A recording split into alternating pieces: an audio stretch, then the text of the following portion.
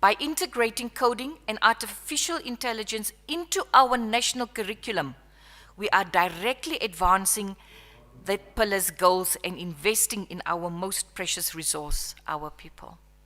It empowers our teachers to deliver 21st century skills in the classroom, because our teachers are not only the backbone of our education system. I always say they are the greatest resource. And by equipping our teachers with knowledge of coding, of robotics, and digital technology, we do empower them to prepare our children for the world of tomorrow. I wish to remind us all what we are really celebrating here today: the bright future of our country, where every child in every corner of Namibia can learn to code and use that knowledge to uplift their family and their community. We are celebrating a future where technology is not a privilege of the few, but the bright birthright.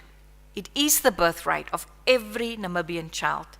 And so as we officially launch phase 2 of the Youth Coding Initiative and entrust these devices to our school, I urge us all to continue working and walking boldly together towards a future where every Namibian child is empowered not just to learn, but to create and lead with confidence in a digital world.